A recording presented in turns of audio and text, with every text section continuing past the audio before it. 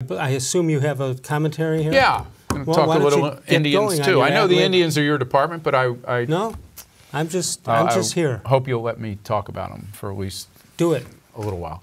The Mike Clevenger injury aside, I think Indians fans should be resting a little easier these days after the sweep of Toronto at home. I know the Blue Jays lineup is nothing much, but that doesn't mean we can't make some reasonable guesstimates this early in the season. So here are mine. Despite the injury, Mike Clevenger might be the most overqualified number 4 starter in baseball. Shane Bieber might be the most overqualified number 5 starter in baseball. They could both be pitching higher up in other rotations.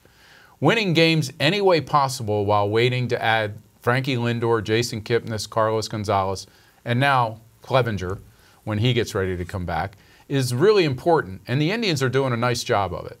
Because of Carlos Santana's ability to reach base, I don't think you'll miss Edwin Encarnacion unless somebody picks up the home run slack on a consistent basis. Unless they do that, you might miss Edwin's parrot.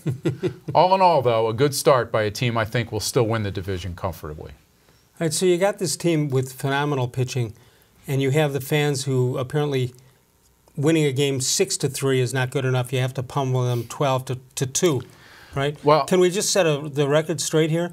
That all you have to do is win by 1 run. Yeah. I mean, there was one game against Chicago where I made the point that you don't win those kind of games against good teams. Right. When the White Sox walked in 2 runs, let another one in on an error. But for the most part, you look around baseball, a lot of teams that you thought were going to be really good are also struggling right now. We're going to investigate that a little bit later. So, you know, it's way too early to get too worked up about it.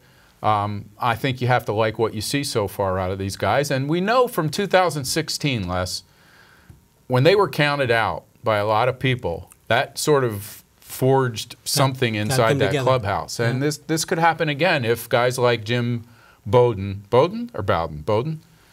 Yeah, who was on former GM? Who was on radio today saying, you know, their lineup isn't very good. Well, it isn't. We know that. And you know, if they can only average 4 runs a game, they'll win, have the division wrapped up by September. I think the more if he continues to think that others continue to think that this lineup isn't that good after these guys come back, maybe they use that to their advantage. Well, they're right.Ey're not very good right now. But let's say you add a healthy Frankie Lindor, Jason Kipnis, and Gonzalez.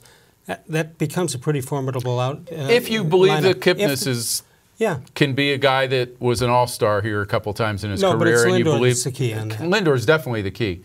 So getting him back will be huge, and then you have to hope that those other 2 guys are still impactful players.